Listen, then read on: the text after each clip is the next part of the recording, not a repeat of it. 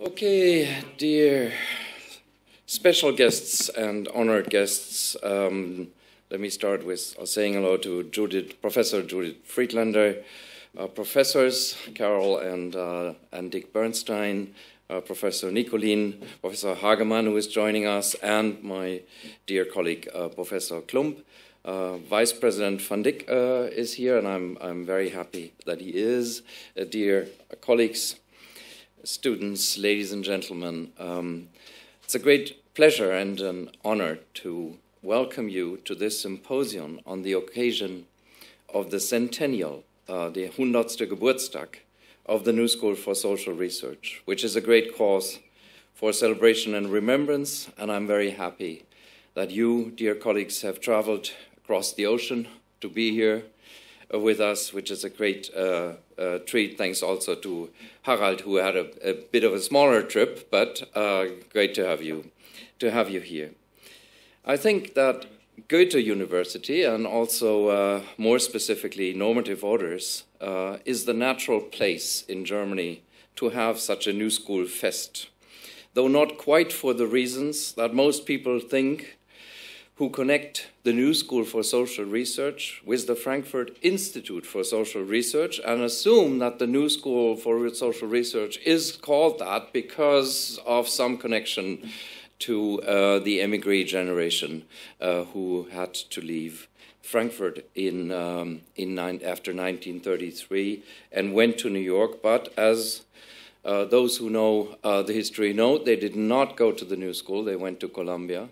And indeed, the relations between the older emigre generations within that New York biotope were a little strained occasionally, and it was really only later in the 60s, with Jürgen Habermas being the Hoist professor, with Albrecht Wellmer teaching at the New School, that the relations between the New School and the Frankfurt School became much closer. And if you look at the lists of Hoist professors and lecturers, and I'll say something about the Hoist Professorship in a minute, then you find a lot of Frankfurt names such as Fetscher, Apel, Scheffold, who can't be here. Bertram Scheffold would have loved to be here and sends his regards. Axel Honneth, Tilman Habermas, and myself. So there's quite a Hoist contingent from Frankfurt on that list. On other levels too, there's a constant cooperation going on between the New School and Goethe-University in many disciplines. There's a long-established and very successful student exchange program, both in political theory, where we send 4 students each fall term to the New School, and quite a few people here in the audience have been at the New School with this program, and some others might plan to do so, because we just published the call for applications for the fellowship, which are nicely and kindly supported by the German Academic Exchange Service. A similar program is going on in economics. The students who go to the New School always come back full of praise and enthusiasm, and so we're very grateful for having that possibility, and will cherish it in the future. Many colleagues from the New School have been spending fellowships here, have been given talks, especially within the Normative Orders program. We've had Dick Bernstein, Nancy Fraser, Andrew Arado, Sanjay Reddy, last not least Dmitry Nicolin here as fellows, and I remember that Chiara Bottici, who is now a valued professor of philosophy at the New School, was a postdoc here in Normative Orders when she met some of the people and impressed some of the people with her work from the New School. We continue these relations, and we benefit a lot from your work and your presence whenever you're here, and I'm very grateful whenever I have a chance to have you here. Now, if you have such strong relations, there's of course always a deeper historical reason, And since we're in Frankfurt, you could call it a Geist reason. The new school was founded, as we will hear in more detail by Professor Friedlander's talk, was founded in a liberal and critical spirit by intellectuals who did this as a sign of protest against the political and academic trends of their time, which they found constraining and conservative. And the names of that founding period are among the best you can find of that period of intellectuals, which are, just to name a few, John Dewey, Charles Beard, Horace Callan, Thorstein Veblen. It's just if you go through the list of people who have taught at the New School, it is a who is who of American and European intellectual life. And there are, of course, and that's what I mean by the guys, similarities to the founding of Goethe-University, which is a rather young university in 1914, founded by a private initiative by benefactors who thought Frankfurt needed a university, and came together and created this university. 1914 was not the best year to found a university, but after 1918 things got going, and the spirit in which this university was created was similar, critical, liberal, cosmopolitan to the New School spirit. Frankfurt was the place where Jews could become full professors, in contrast to the problems Jews had, especially in mainstream and more conservative universities, and the German university in general has not always been at the forefront of emancipatory thinking. Frankfurt was. That is why the Frankfurt School could find its place here, and that's why today we're here at Normative Orders at Max-Horkheimer Straße. But it's not just the Frankfurt School. If you look at the people who taught in these years, you find Martin Buber, Paul Tillich, Franz Rosenzweig, Ernst Kantorowicz, Karl Mannheim, Franz Oppenheimer, and a whole list of heroes of progressive intellectual thought. So that's the real relation between Frankfurt and the New School, and it goes back to these founding moments. This is also what Dean Milberg, in a lovely letter he sent me yesterday, says, and he sends his regards to you all, and if I may quote one sentence, he says, "We share many of the same scholarly traditions, we cherish the same academic values, and we continue to learn from each other through our many collaborations, which are as alive today as they were half a century ago." Nothing to add here other than I think they are more alive than they were half a century ago, even though that is the start of a long history of cooperation between our institutions. As we know, praising the liberal spirit of a founding era in Germany cannot gloss over the fact that no liberal spirit survived 1933, including this university, which was streamlined in a National Socialist by the National Socialist regime in a very short time, actually. And it's not one of the greatest chapters of no German university, and Frankfurt is no exception, unfortunately, here. So it was no accident that well-known Frankfurt scholars found a safe haven in the great institution that the president of the New School then founded, which he called the University in Exile.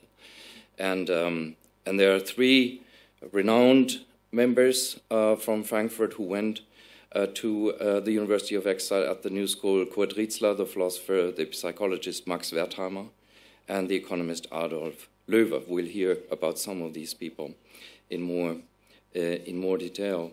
In this way, the New School recreated, sustained, not just the scientific excellence that the Nazis sought to destroy, it also created an intellectual milieu somewhere between Europe, the US, and also I think the New School is a place where people from Latin America to a very high degree find a home, and many of whom come from also dissident traditions to study at the New School. The New School, we have to be immensely grateful to institutions like the New School, and the New School especially, for having been such a safe haven, for giving the possibility, for having these intellectual traditions, even though you couldn't continue them in the way they had developed. They were recreated, but to some extent they were saved.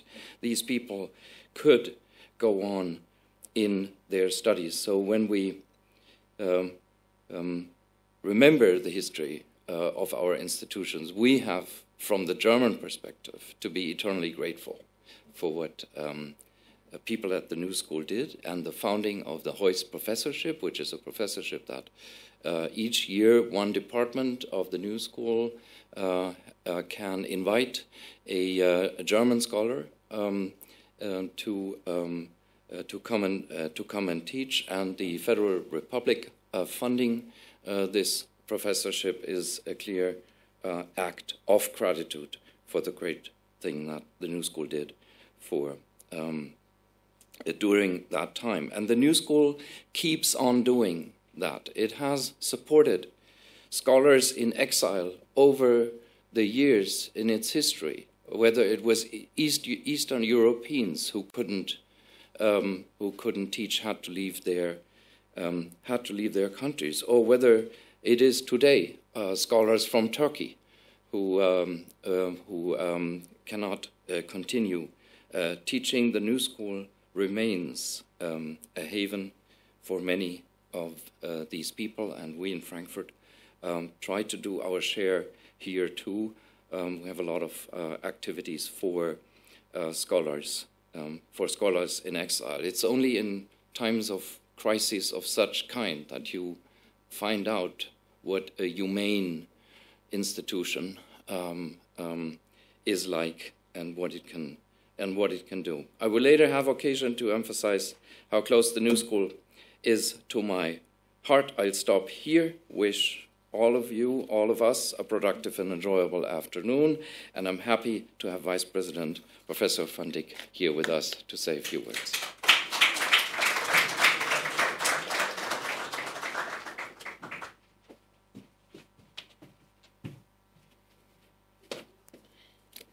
Yeah, dear Rainer Forst, dear colleagues from the New School of Social Research. Here it says of social research. I don't know why there, and of course it should say for social research. And I always wonder, it's not the best English, is it? You would normally say of something rather than for.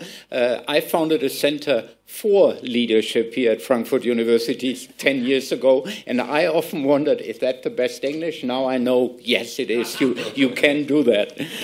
Anyway, dear speakers, dear ladies and gentlemen, on behalf of the Executive Board of Goethe-University, I would like to welcome you all at our university for today's conference in honor of your school, the Centennial of the New School for Social Research, organized by Normative Orders. As Rainer Forst has already mentioned, the New School for Social Research was founded in New York City in 1919, exactly 100 years ago, by a group of outstanding intellectuals. This anniversary is the occasion for today's conference here at the Research Network Normative Orders at Johann Wolfgang Goethe-University. A light in dark times, celebrating the centennial of the New School for Social Research.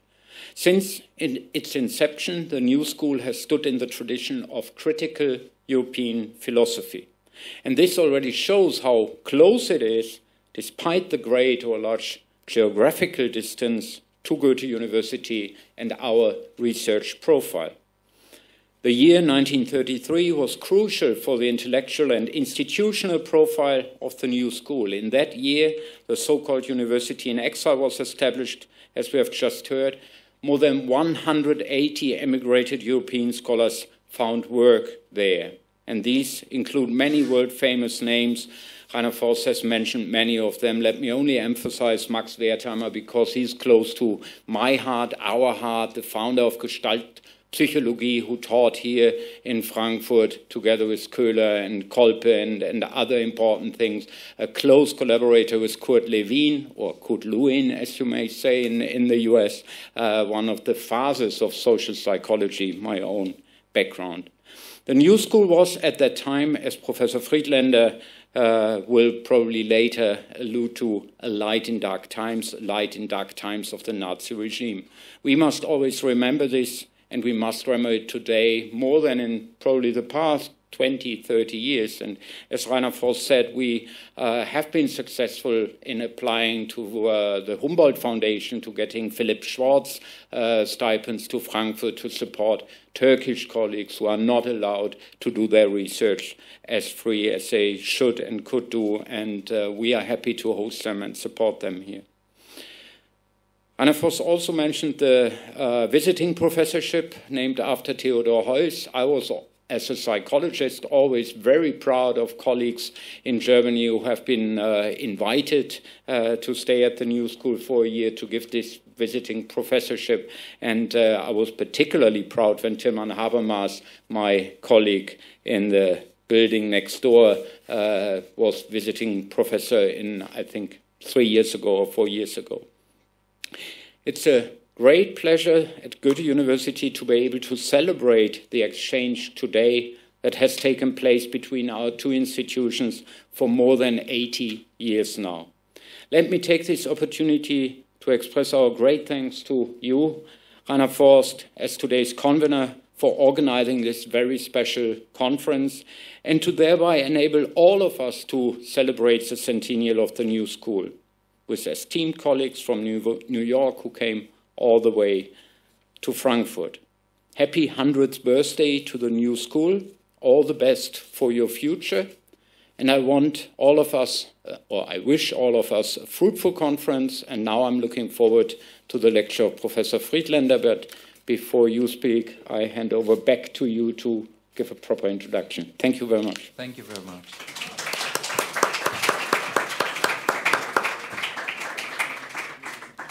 Thanks so much indeed. Now it's a great pleasure to introduce Professor Judith Friedlander. When in a conversation we had about her new book, we talked about the many dimensions of the New School Frankfurt relation. I immediately jumped on the opportunity to say, why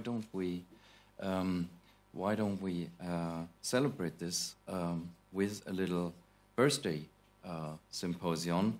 And so the president and vice president were enthusiastic, as were my colleagues, and of course Judith, the great person she is, was willing to make room in her schedule to come over, and also having some more cherished colleagues from the New School here is also great, and I'm happy that Normative Orders gives us the opportunity to do fun things like this. But it's really thanks to Judith's brilliance and energy which made this event possible, because of the great book she has written on the New School. But before I say something about the book, let me just say that Judith Friedlander is a very distinguished anthropologist.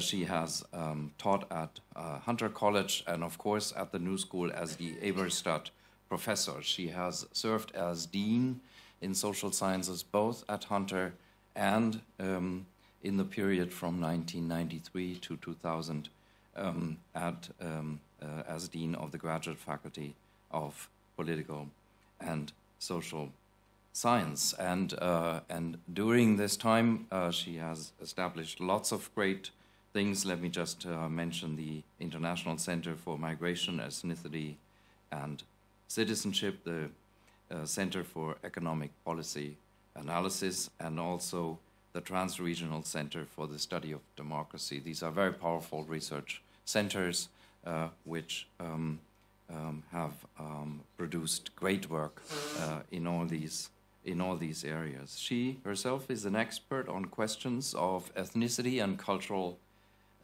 identity. Let me just mention her most well-known books on indigenous Mexico, called Being Indian in Huyapan.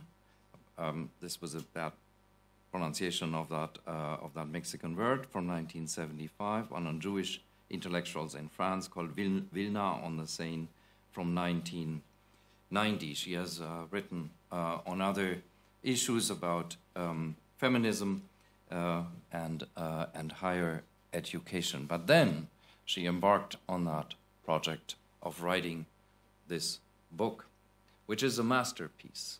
And I think only a great anthropologist with an ear for the details and the contexts of human action and human thought and the multiple meanings that come together in a historical constellations. Only a great anthropologist and a great mensch that Judith is can craft such a powerful narrative of one of the most fascinating institutions in higher education that we have. If you read the book, you feel the atmosphere, whether it's the New York of the 20s or of the 60s, which was quite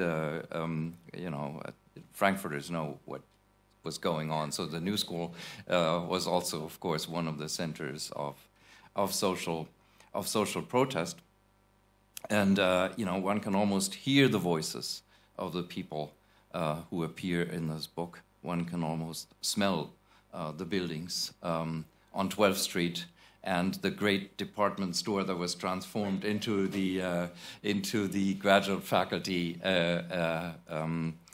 building on Fifth Avenue, which unfortunately no longer exists. But it was, I always loved that building.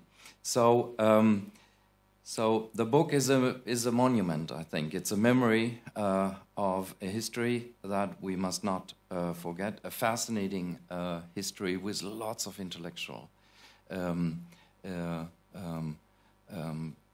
details and developments. So it is a great history of the spirit, and I'm terribly grateful, Judith, that you came over, and would like to ask you to present your lecture. Thank you very much, Vice President Van Dyck, for your kind words. And I would like to begin, though, also by expressing my deep appreciation and gratitude to you, Professor Rainer Forst, my also dear friend, and to your internationally acclaimed Normative Orders Research Center for hosting today's panel discussion at Goethe-University. Thanks to you, one of Germany's most distinguished academic institutions is marking the centennial anniversary of the New School for Social Research, and is doing so in the spirit of both institutions by inviting us to examine critically the intellectual, political, and personal bonds that the New School shares with German universities, bonds that date back to 1933. By the late 1930s, New Yorkers were calling the New School Heidelberg on 12th Street, a nickname inspired by a suggestion of Thomas Mann made in 1937 during the keynote address at the New School's 4th anniversary celebration of the university in exile. On that occasion, Mann recommended to the New School's president, Alvin Johnson, that the university adopt as its motto, "To the Living Spirit," words that had graced the entrance of a building in Heidelberg University until 1936, when the Ministry of Education replaced them with Nazi propaganda, "To the German Spirit." There is, for the time being, Mann proclaimed in New York, no home for the living spirit in Germany's universities. But thanks to the New School, the living spirit, driven from Germany, has found a home in this country. When Alvin Johnson adopted these words, he recognized the symbolic power of the gesture, but his reasons ran deeper than that. Since the late 1920s, he had been following the scholarship in the social sciences coming out of German academic institutions with great admiration. deeply impressed by its theoretical breadth and empirical rigor, in particular the work of the social scientists affiliated with Heidelberg University, die Deutsche Hochschule für Politik in Berlin, Kiel University, and Johann Wolfgang Goethe University in Frankfurt. Goethe was interesting, as we just were hearing, for another reason. Founded in 1914, it, like the New School, was a very young and dynamic academic institution in the years before Hitler came to power. Decades later, the affinities between these two avant-garde universities seem so obvious that a new narrative replaced the historical record, turning what was already an inspirational story into wishful thinking. By the mid-1970s, an astonishing number of intellectuals, as we were just hearing, in the US, France, perhaps in other countries as well, had blurred the distinction between Goethe-University and the Frankfurt School for Social Research, and then assumed incorrectly that Horkheimer, the exiled director of the latter, and his colleagues had found refuge at the New School for Social Research when, of course, as everybody here knows, they settled in rented facilities at Columbia University. The intellectual legacy of the Frankfurt School did indeed take root at the New School, but only many years later, and we'll return to that subject. Although Horkheimer and his colleagues made other arrangements when they came to New York in 1934, distinguished professors, again as we were hearing, from Goethe-University joined the New School's University in Exile during the Hitler years, and in one case did so right away. The Gestalt psychologist Max Wertheimer appeared in a photograph published in the New York Times on October 4th, 1933. Ade Kantoritz, who was there for only 1 year, but was also there from the very beginning. The philosopher Kurt Reisler and the economist Adolf Loewe, who you will hear me call Adolf Lowe, as we say very outrageously in New York. But for me, he's Adolf Lowe, I'm sorry. They also would come as well. In 1934, as I interrupt myself, I speak quickly like a New Yorker. Can you all understand me? Yes? Please raise your hand if I'm going too rapidly. In 1934, the University in Exile became known officially as the Graduate Faculty of Political and Social Science, but Johnson's more evocative name remained in use for many years to come. Then in the early 2000s, when the university's trustees decided to shorten the name of the entire institution to the New School, the graduate faculty changed its name as well to the New School for Social Research, or NSSR, preserving the original name of the university for future generations. Why bother you with such pedantic details? Because I'm doing so for the sake of clarity. You will hear me and others refer interchangeably to the University in Exile, the graduate faculty, and NSSR, while we're referring to the same academic division of the New School. Before joining my colleagues for a panel discussion, I will summarize my reading of the early history of the New School and the founding of the University in Exile, focusing in particular on the prominent roles of philosophy and economics as they have played in the defining of the intellectual profile of the New School from the very beginning, much of it inspired by the German academic traditions. The New School was founded on February 10, 1919, by prominent intellectuals of the day, as we were hearing. Several of them were professors at Columbia University. The economic historian Charles A. Beard, who was the author of the controversial economic interpretation of the Constitution of the United States. The intellectual historian James Harvey Robinson, the philosopher of democracy and education John Dewey, and the economist Wesley Clair Mitchell, widely known for his work on business cycles. Two others were editors of The New Republic, a new journal of opinion that had just been founded a few years earlier. Herbert Crowley, the editor-in-chief, and Alvin Johnson, the economics editor, who had previously taught in leading universities across the country. The New School faculty also included the economist Thorsten Veblen, author of the infamous Theory of the Leisure Class, and the philosopher Horace Kallen. Outspoken champions of academic freedom, that they fiercely believed that universities should welcome controversial ideas and vigorous debate. The founders opened the new school in 1919 as an act of protest, as Reiner was just saying, against the president and trustees of American universities who denied faculty and students the right to voice pacifist views during World War I, while U.S. soldiers were fighting overseas. Their main target, the founders' main target, was Nicholas Murray Butler, president of Columbia University, who had fired 2 professors in October 1917 for disregarding his warning made the previous June. What had been tolerated before was intolerable now. What had been folly was now treason. But the founders themselves, and this is very important, were not pacifists.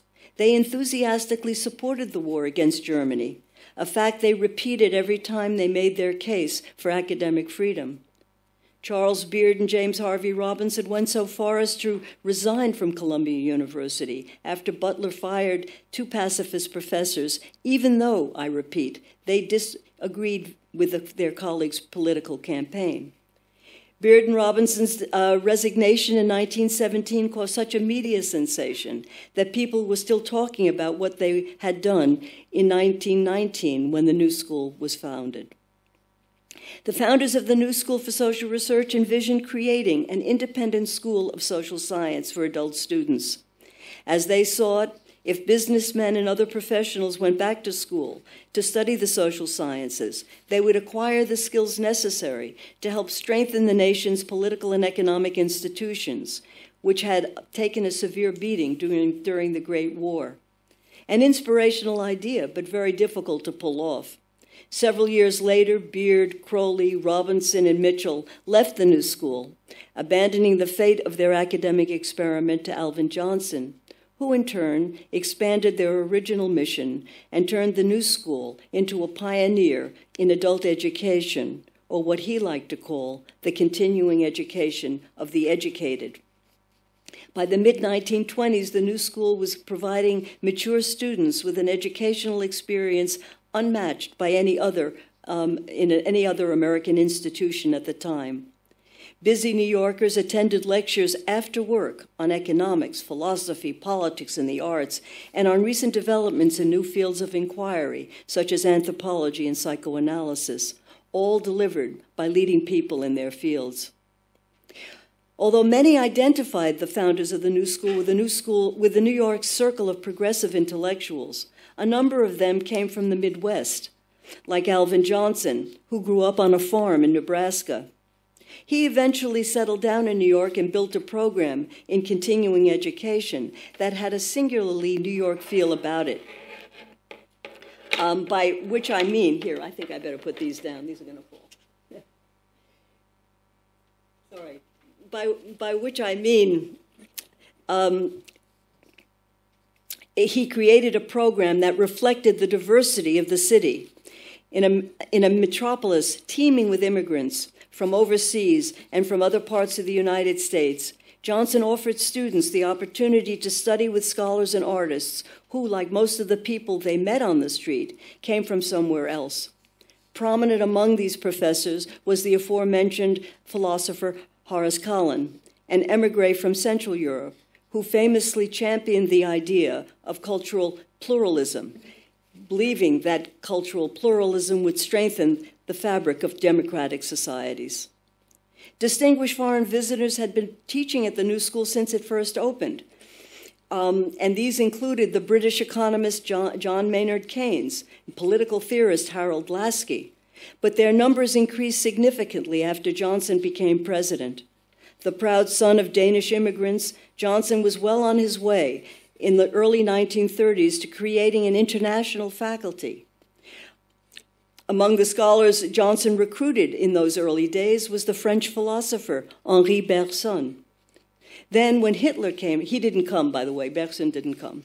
Then when Hitler rose to power in 1933, Johnson took what had been an intellectual predilection and turned it into a political imperative. The speed with which Johnson responded to the crisis in Europe was astonishing. In a matter of only a few months, he created within the new school a university in exile, consisting of distinguished social scientists and philosophers who had been forced to flee Nazi persecution, first in Germany and then other occupied countries as well. The drama of it all bears retelling. Hitler, as you know, became Chancellor of Germany in January 1933 of what was still a democratic republic. That was January 30th. 7 weeks later, on March 23rd, the Reichstag voted to grant the Chancellor dictatorial powers. On April 1st, Hitler introduced his first round of Jewish laws. On April 7th, he introduced the Civil Service Restoration Act, expelling hundreds of academics from their university positions. 7 days later, on April 14, Johnson wrote to a friend that the New School's trustees had authorized him to open a university in exile. By early May, he had raised the money to begin the recruitment process, and by the end of the summer, he was welcoming his first group of refugee scholars to New York, 9 men and 1 woman, all of them social scientists. Classes began on October 2nd. Please keep in mind that Johnson moved with lightning speed at a time when the U.S. had essentially closed its doors to immigrants, when the country was in the throes of the Great Depression, and when most other academic universities in the United States routinely discriminated against Jews. Johnson opened his university in exile before the vast majority of his colleagues at other American universities had even begun to pay attention to the plight of academics in Germany. And he continued rescuing scholars at a frantic pace over the next 12 years. As we heard, between 1933 and 1945, the New School provided life-saving visas and jobs for nearly 200 scholars and their families. The most frequently cited figure is 182, sponsored in large part by the Rockefeller Foundation. According to Johnson, Americans should do more than save the lives of individual scholars, as important as that was. They should also rescue the institution that gave rise to German scholarship. At stake, he proclaimed, was the future of civilization. No piecemeal solution would do. If Americans dispersed exiled professors across the country, they would save the lives of valued members of Germany's academic community, but deprive them of the intellectual support they needed to maintain the great humanistic traditions of Europe. In the same spirit, after France fell in June 1940, Johnson opened a second university in exile, the École Libre des Hautes Études, where classes were conducted in French. Johnson had another reason for wanting to open his original university in exile and to hold those classes in English. For years, he had been trying to fulfill the founder's original dream of creating a serious academic program in the social sciences, but he lacked the resources to do so. Now, with the looming crisis in Germany, he would be able to raise the money he needed to build an outstanding social science faculty. While he championed a cause he believed in deeply, and that spoke directly to the founding principles of the New School. But whom would he recruit? Since 1927, Johnson had been co-editing the Encyclopedia of the Social Sciences with Columbia University's economist Edwin R.A. Seligman, a massive international project that led him to delve deeply into the work of European social sciences. And the more he read, the more interested he became in what they were doing, particularly the Germans, who he believed were head and shoulders above their counterparts in the United States. Johnson explained what he meant in a letter to the sociologist Robert McIver. The Germans saw economics, Johnson wrote, as a mighty historical force, not just a calculus in utilities and disutilities. They saw political science as not just a speculation on the rights and wrongs of man, but a record of the adjustment of man to the complications of political living. Sociology, not a desperate attempt to be enrolled in the physical sciences and to escape into social work, but an interpretation of the mass feelings and mass actions of men. Johnson acknowledged that the United States had also produced a number of great social scientists whose work demonstrated the same kind of theoretical breadth as that of the Europeans he admired. Thorsten Veblen, for one, but he was an epiphenomenon, easily dismissed by Americans in ways Europeans did not dismiss their own. In Germany, Johnson noted with envy, everybody had to know Max Weber. And the same would be true, he predicted, at his university in Exile, where the faculty would be able to retain their continental academic values and adapt them without mutilation to the American tradition. But to retain those values meant recognizing the centrality of philosophy to all the disciplines. In the continental universities, Johnson wrote, the base of all instruction, even in the physical sciences, was philosophy. Here in the United States, philosophy is a course among other courses, and seldom the really attractive course. But who actually came? Despite Johnson's eloquent tribute to the centrality of philosophy to all disciplines, he opened the university in Exile in October 1933 with 6 economists, 1 jurist, 1 psychologist, 1 sociologist, and 1 ethnomusicologist. By 1935, Johnson welcomed 18 refugees, but still no philosopher. Kurt Reisler, the former head of Goethe-University, was the first émigré philosopher to join the graduate faculty. He left Frankfurt after Kristallnacht in 1938.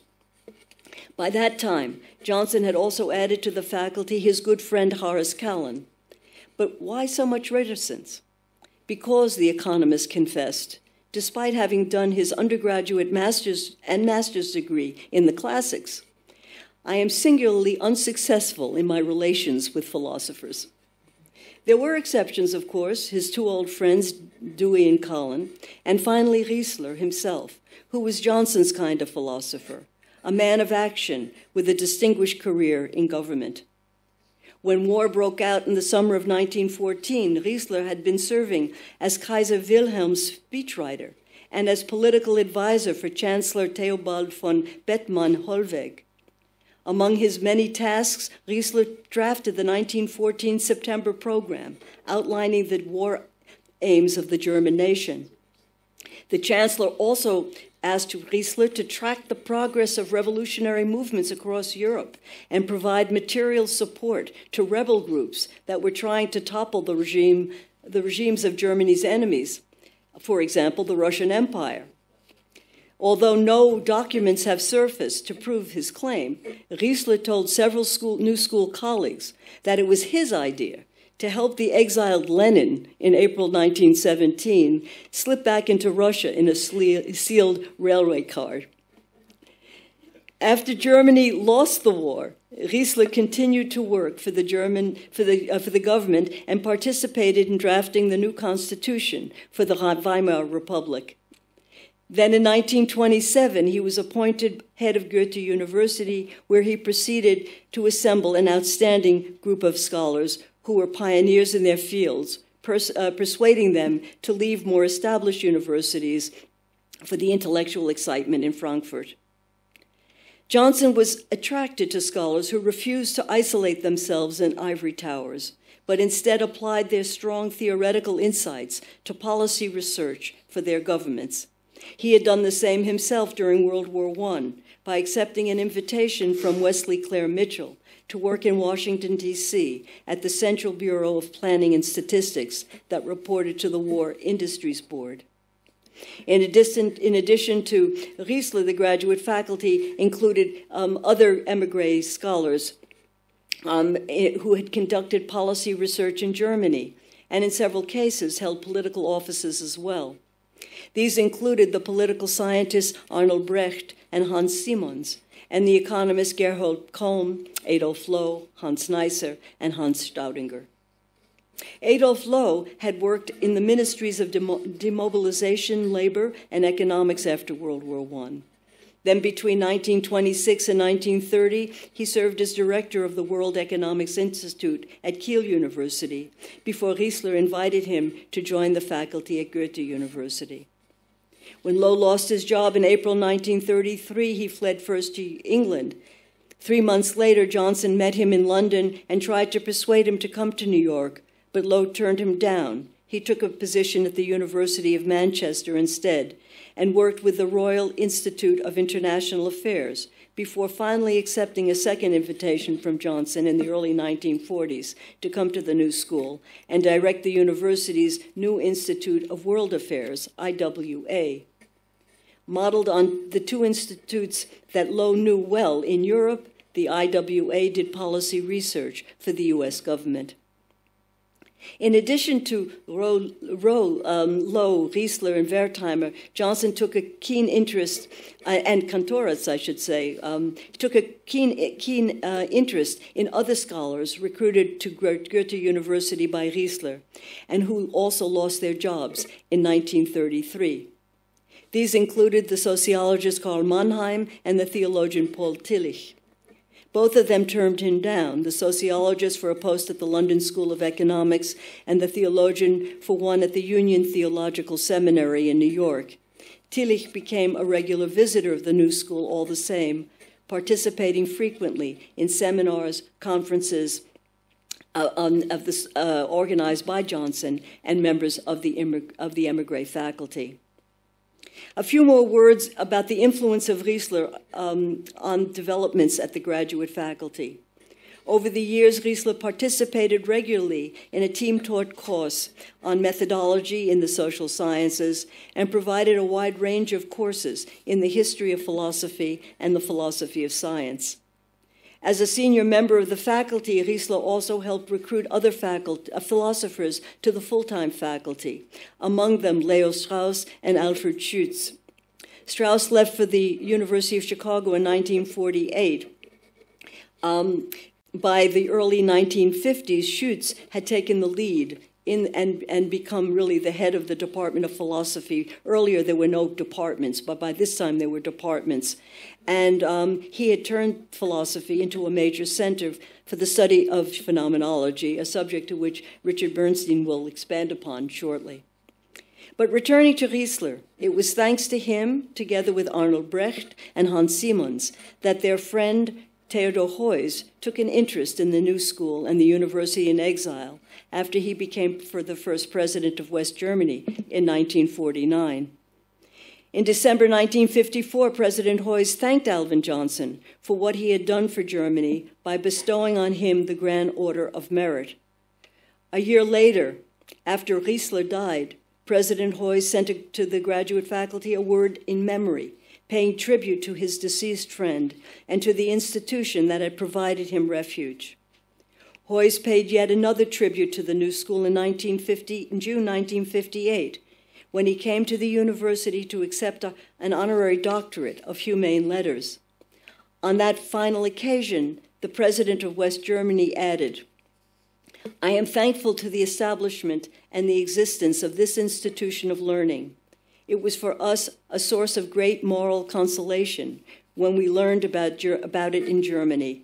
Here indeed was a place where people who had to leave their homes and their work could find a new foothold, could breathe freely again, and continue to teach and carry on research in freedom." Everybody, Heuss continued, will understand if I turn to Alvin Johnson, who was 84 years old at the time. I salute him. He helped a great number of people as individuals, among them many old and personal friends of mine, and in doing so, he created, or at least strengthened, something of enduring value, especially for the social sciences in the broad meaning of the term. People of diverse national backgrounds and intellectual viewpoints have found here at the New School the opportunity to exchange experiences, practical expertness, and theoretical insights. During that visit in the spring of 1958, President Heuss told Hans Simons privately that he would like to establish an annual professorship at the New School for visiting German scholars, subsidized by the government of West Germany. By 1960, a year after Heuss stepped down as president, the government raised the funds necessary to cover the cost of a visiting professor for 1 year, and with that announced that Helmut Plessner would launch the program, an honor the philosopher postponed until 1962, when he retired from serving as the rector of the University of Göttingen. Plessner worked within the phenomenological tradition, as most of you know, and is remembered for his writings in philosophical anthropology. Finally, in 1965, the Volkswagen Foundation endowed the chair for the first 5 years in the name of Theodor Heuss, who had died 2 years earlier, with the understanding that the federal government would assume responsibility after that, as it has done to the present day. And as we were hearing, among the very first Hoist professors was Jürgen Habermas, who taught at the graduate faculty in the fall of 1967. As Habermas described it, he came to the New School at a time of turmoil in the United States. The nation's black ghettos, he reported, were in full revolt, and hundreds of thousands of Americans of all races were demonstrating against the Vietnam War. This was also a time, he continued, when the East Village was a flourishing center of counterculture, and the Upper West Side, people warned him, was on the verge of decline. But how different the New School. Although Habermas saw turmoil at the New School as well, he felt as if he had entered a time warp where the clocks were ticking somewhat differently. During that memorable semester, Habermas met Arnold Brecht, Erich Höhler, Adolf Loh, and Hans Staudinger, all of whom, except Loh, had retired by then, but they still were very much around. The 4 émigré scholars, Habermas noted, quotes, still provided an immediate link with the university in exile, with that early period when Emil Lederer, Edward Hyman, Max Wertheimer, Hans Speyer, Albert Solomon, and others had created the non-mistakable image of the New School. Moreover, Aaron Gurvich, Hans Jonas, and Hannah Arendt formed the unique triple alliance that for so long stamped the philosophical profile of the New School. And finally, in the sociology department, the spirit as well as the theory of Alfred Schutz was very much alive, due to the influential teaching of one of his former students, Peter Berger. Habermas recalled meeting the émigré professors for the first time at a cocktail reception that the New School's president, John Everett, had organized in his honor. They were not very friendly at first, he noted, which irritated him. Only later, he explained, after he had been warmly adopted by everybody, did he realize that this shadow of distrust did not apply to me personally. It pertained to an ambivalent past still present in vivid memories.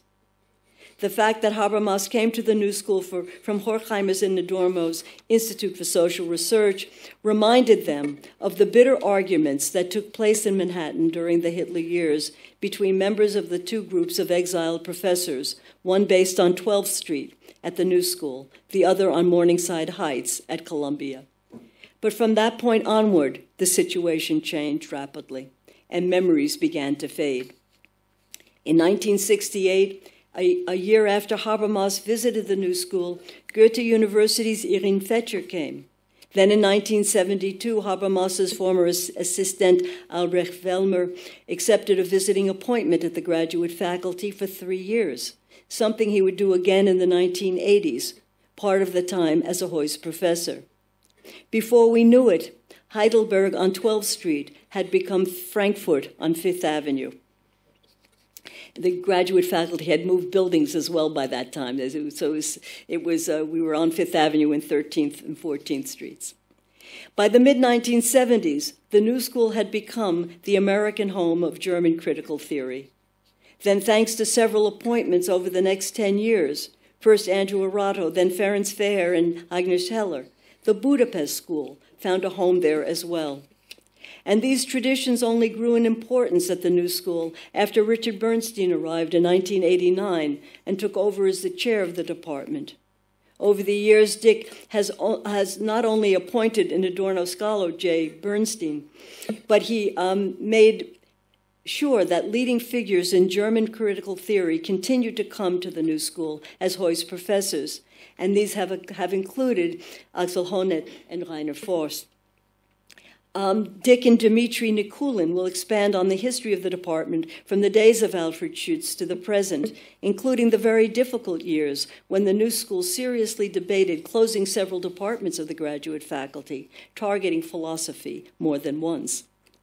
Turning now briefly to economics, among the many German economists who have come to the new school as Hoist professors is the economic historian Harald Hegeman, who probably knows more about the work of the German and Austrian economists who taught in the university in exile in the 1930s and 40s than any other living intellectual historian. Your contributions, Harald, today, together with Professor Rainer Klumpf, will be very valuable. But let me humbly begin the conversation by introducing an ironic turn of events that took place in the Department of Economics during the 1960s and 1970s that is as radical as the one we saw taking place at about the same time in philosophy. When American academics describe the New School's Department of Economics today, they frequently identify it as a place to go to study orthodox Marxism and Keynesian, post-Keynesian economics, a description that would have enraged the New School's refugee economists, who were for the most part social democrats and as such very hostile to Marxist-Leninist economic theory. Furthermore, although the émigrés thought highly of John Maynard Keynes, they had serious theoretical differences with his ideas as well. As I have already noted, when the university in exile opened in 1933, 6 of the first 10 professors were economists, and as of course was Alvin Johnson. And economists continued to outnumber the other social scientists for many years. But these émigré economists did not dismiss the value of the other social sciences the way most American economists did. On the contrary, they embraced them on principle and, no doubt, because they themselves were broadly educated. Emil Lederer and Adolf Loh had first studied law, Gerhard Kolm, sociology. Several others, including Jacob Marschak and Hans Staudinger, together with most of the sociologists, had done their graduate studies at Heidelberg University, famous since the late 19th century for its integrative approach to the social sciences, in large part thanks to the enduring influence of Max Weber, who had died in 1920. During the 1920s and early 1930s, students interested in studying economics from an interdisciplinary perspective went to Heidelberg to work with Lederer and with Max Weber's brother Alfred. The two economists had recently created the Institute of Social Sciences at the University of Heidelberg to carry on the great intellectual traditions of Max Weber. And Lederer went on to become the first dean of the university in exile. The New School's émigré economists coalesced as a group in the early 1920s at several German universities and research institutes. A number of these scholars also held, I repeat, important government positions in the Weimar Republic, helping to build new economic institutions for their defeated country in the aftermath of the Great War. Their scholarship reflected those experiences. As they looked for ways to minimize the punishing impact of the Versailles Treaty, they drew on insights they had gained from social and political theory. Calling themselves reform economists, the group envisioned building an economic system that offered attractive incentives to free market capitalists while they protected the social benefits enjoyed by salaried workers in planned economies. Rejecting rigid ideological solutions from the right and the left, they made the case for maintaining a balance between providing the conditions necessary for dynamic economic growth in the private sector and defending the interests of the laboring classes through government regulations.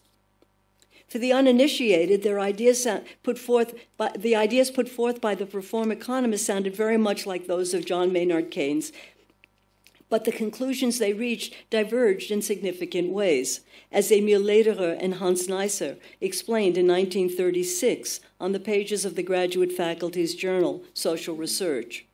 In their reviews of Keynes's general theory of employment, interest, and money, Lederer and Neisser applauded this magisterial work for the solutions it offered for the current economic crisis, but Keynes's analysis lacked historical depth, they claimed.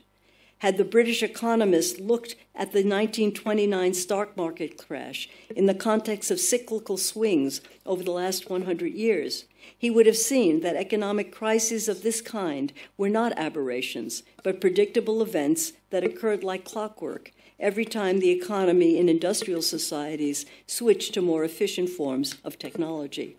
With every innovation came structural changes and increased levels of unemployment. Under the circumstances, responsible governments in modern capitalist societies needed to constantly be vigilant to minimize the disruption of technological changes in the lives of working people. Economists, in other words, needed to anticipate the social and political impact these disruptions would have. And this, in turn, required collaborating closely with colleagues in their other social sciences. And hopefully, Harold Hegeman and Rainer Klumpf will qualify, expand, and correct what I have said here. In 1943, Johnson opened the Institute of World Affairs, which, under the direction of Adolf Loeb, provided opportunities for the New School's faculty in economics, political science, psychology, and sociology to do interdisciplinary policy research, much of it in the service of the U.S. war effort. Adolf Loeb retired from the faculty in the late 1960s, but remained involved with the department, teaching occasionally until he moved to Germany in the early 1980s. As Loeb's influence faded, his eminent student, Robert Heilbronner, transmitted the legacy of the reform economists to the next generation and continued doing so even after he retired in the 1990s. In the spirit of that legacy, the department also opened a policy institute that Rainer Forst mentioned, renewing the émigré economists' commitment to applied research. But as early as 1969, the department took a radical turn to the left after it appointed Oxford-trained Keynesian economist Edward Nell and made him the chair. Nell took it upon himself to hire a dynamic group of young economists who had received their doctorates in economics from Harvard and Columbia, but had rejected the neoliberal paradigm espoused by their professors in these mainstream departments in favor of Marxism.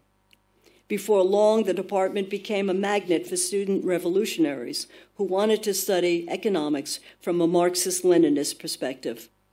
Most important among them were David Gordon and Anwar Sheikh. Now, let me conclude these preliminary remarks the way I began, with a few more words of appreciation. First, I would like to remember the economic historian Hans-Dieter Krohn, who died this past September. He and I met at the New School in 1993, the year his book, Intellectuals in Exile, appeared in English translation.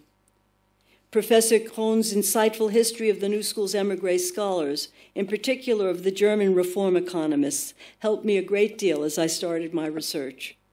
I would also like to acknowledge again the work of Harold Hegeman, who has further enriched the scholarly literature on the New School's émigré economists. I can't thank you enough, Harold, for your invaluable help over the years, via email and during many memorable conversations together. I would like to express my deep gratitude to Richard Bernstein, who served as chairman of the Department of Philosophy while I was dean in the 1990s, and who went on to serve as dean himself for a couple of years in the early 2000. Widely acclaimed, as we were talking about yesterday, for his work on Dewey, Arendt, critical theory, and post-structuralism, Dick has also been a visionary academic leader at the graduate faculty, who during the 1990s courageously rebuilt a very damaged department, transforming it into the most distinguished program at the New School today. And while he was at it, Dick made sure that this anthropologist dean understood the important philosophy had for the history of the New School. As some of you may know, although Dick only came to the New School in 1989, Hannah Arendt proposed hiring him in the early 1970s, but the hardcore phenomenologists in the department vetoed the idea. When Dick finally received an offer, it was after another fight with the phenomenology wing of the department. This time, however, his advocate, Agnes Heller, prevailed, and things settled down quickly. Soon after Dick took over as chair in 1989, he succeeded in turning Rainer Schurmann, his most wary critic, into a very good friend. And as head of the department for more than a decade, Dick made sure that philosophy maintained its historical commitment to phenomenology, while it expanded opportunities for students to study critical theory in its German and Hungarian iterations, as well as American pragmatism, post-structuralism, and heresy of heresies, Anglo-American analytic philosophy. Among the many excellent appointments Dick made over those years was Dmitry Nikulin, who, given the breadth of his scholarship and extraordinary intellectual gifts, defies all categorization. Personally, I thank you, Dmitry, for your guidance on many occasions, among them the time you helped me understand why the work of Hans Jonas and the work of Helmut Plessner were not compatible. When Rainer Forst and I began talking last April about who might participate in the panel discussions today, we assumed that Agnes Heller would join us, something I discussed with Agnes in May when I spent a week with her in Budapest celebrating her 90th birthday. Agnes was in great form during my visit, as full of life as ever. Every morning at 7 o'clock, we went down to the swimming pool in the basement of her apartment building and swam vigorously for a half an hour. Between interviews with journalists from Austria and Germany and what was left of the free press in Hungary, we walked all over Buda and Pest, visiting museums, going to concerts, and attending one festivity after another, organized by colleagues, family, and friends, including a moving tribute to Agnes at the embattled Central European University.